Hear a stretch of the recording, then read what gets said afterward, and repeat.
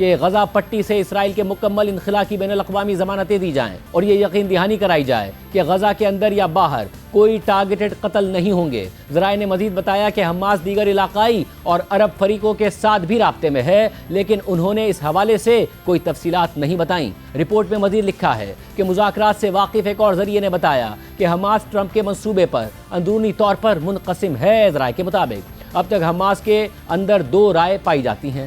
پہلی یہ ہے کہ بغیر کسی شرط کے اس منصوبے کی منظوری دے دی جائے، کیونکہ سب سے اہم بات یہ ہے کہ ٹرمپ کی طرف سے جنگ بندی کی ضمانت ہو، بشرطے کہ ثالث اس بات کی ضمانت دیں کہ اسرائیل اس منصوبے پر عمل کرے گا، لیکن دوسروں کو اہم شقوں پر بڑے تحفظات ہیں اور وہ غیر مسلح ہونے اور کسی بھی فلسطینی شہری کو غزہ سے نکالنے کو مسترد کرتے ہیں۔ ذرائع نے مزید بتایا کہ وہ ایک مشروط معاہدے کی حمایت کرتے ہیں جس میں وہ وضاحتیں شامل ہوں جو حماس اور دیگر گروپس کے مطالبات کو مد نظر رکھیں تاکہ غزہ پٹی کے قبضے کو جائز نہ بنایا جائے اور مزاحمت کو مجرمانہ قرار نہ دیا جائے۔ ذرائع کے مطابق کچھ گروہ اس منصوبے کو مسترد کرتے ہیں، لیکن بات چیت جاری ہے اور جلد ہی چیزیں زیادہ واضح ہو جائیں گی۔ ایسے میں جہاں حماس کے تحفظات کی خبریں سامنے آ رہی ہیں، وہیں یہ خبر بھی سامنے آ رہی ہے کہ قطر، ترکیے اور مصر حماس پر اس معاہدے کو قبول کرنے کے لیے زور ڈال رہے ہیں۔ اس حوالے سے امریکی نیوز ویب سائٹ ایکزیوس کی رپورٹ کے مطابق مذاکرات سے واقف دو ذرائع کا کہنا ہے کہ قطر، مصر اور ترکیے حماس پر زور دے رہے ہیں کہ وہ صدر ٹرمپ کی جنگ ختم کرنے کی تجویز پر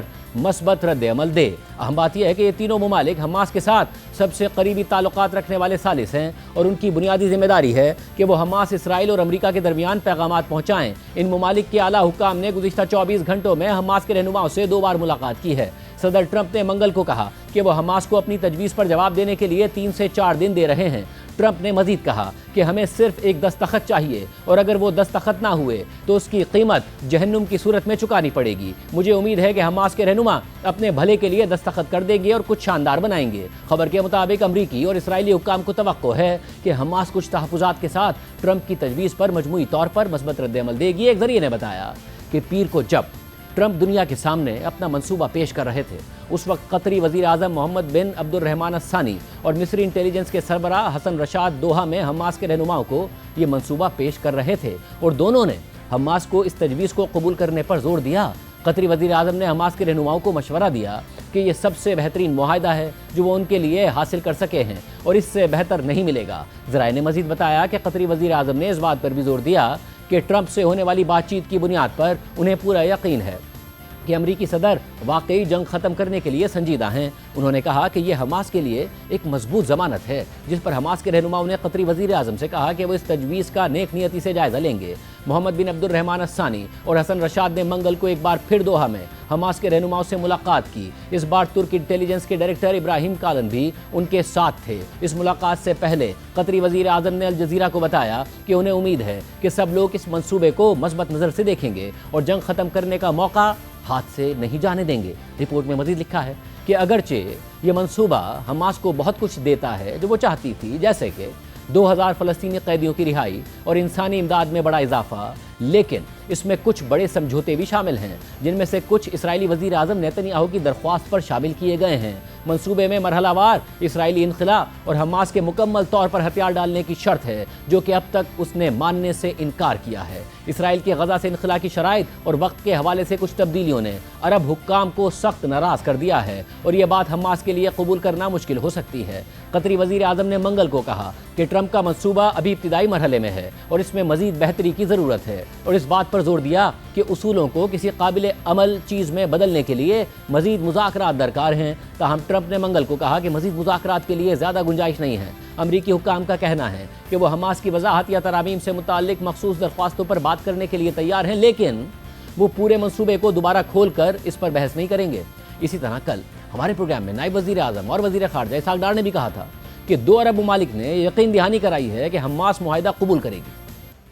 ٹائم حماس کو دیا گیا ہے تو حماس کس کی کمٹمنٹ پر بھروسہ کرے؟ وہ جو صدر ٹرمپ نے نیتنیاہو سے کی ہے یا وہ جو آپ لوگوں نے پریس ریلیز میں کہا ہے؟ حماس کی طرف سے جو ہمارے عرب 2 ممالک اس میں ڈیپلی انوالو ہیں حماس کے ساتھ، انہوں نے ایشورنس دی ہے کہ حماس اس معاہدے کو ایکسپٹ کرے گا اور وہ اس کے خلاف نہیں ہے، وہ سیز فائر چاہتا ہے۔ انہوں نے کہا جی یہ ہم سب کو گارنٹی دیتے ہیں کہ وہ حماس از آن بورڈ۔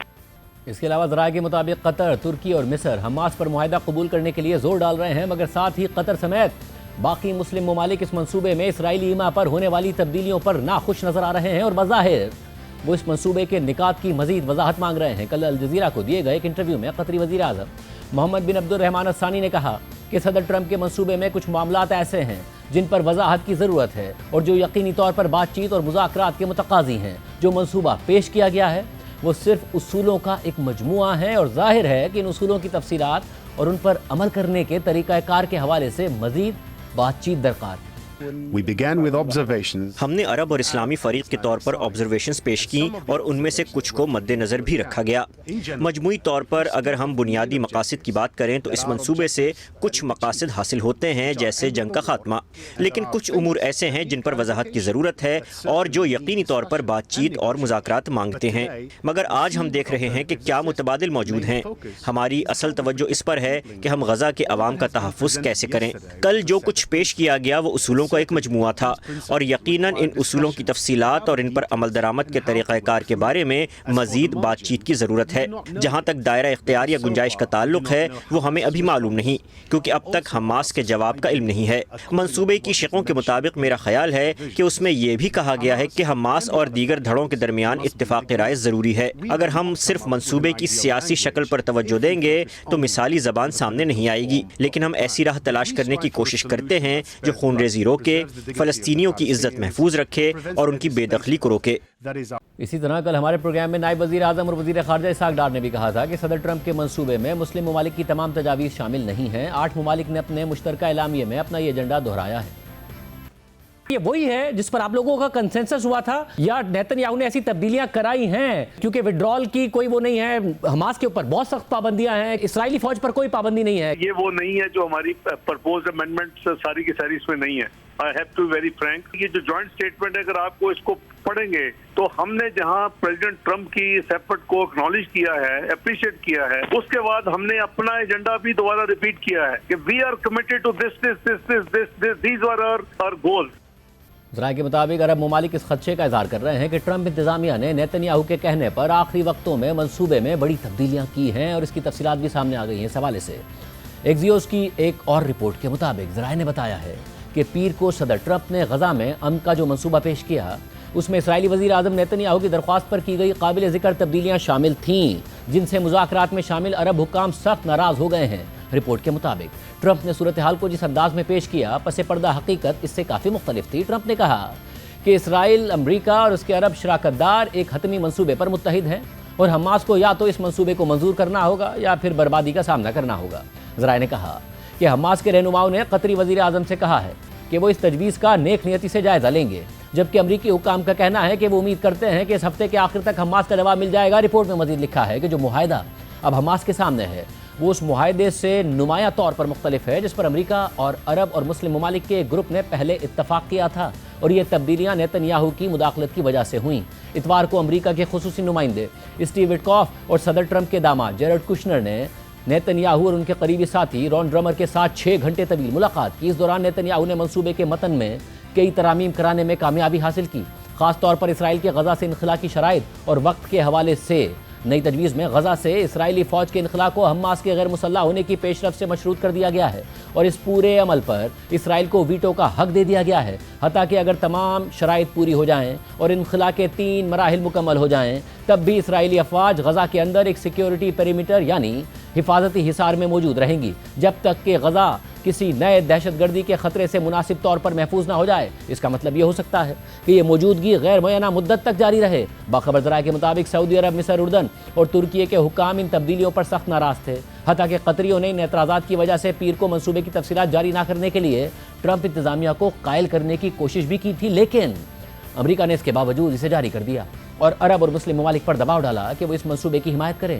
8 عرب اور مسلم ممالک نے ایک مشترکہ بیان جاری کیا جس میں ٹرمپ کے اعلان کا خیر مقدم کیا گیا، لیکن اس کی مکمل حمایت ظاہر نہیں کی گئی۔ ایک ذریعے نے بتایا کہ قطریوں نے دیگر ممالک سے کہا کہ اس عمومی مثبت بیان کے بعد وہ امریکہ کے ساتھ مزید تفصیلات پر بات کریں گے۔ اسٹیو وٹکاف نے پیر کو فاکس نیوز کو بتایا کہ ٹرمپ کے منصوبے کو مشرق وسطیٰ اور یورپ میں وسیع حمایت حاصل ہے۔ انہوں نے کہا کہ ہمارے پاس کافی حمایت موجود ہے، لیکن کیا کچھ تفصیلات ابھی طے کرنا باقی ہیں؟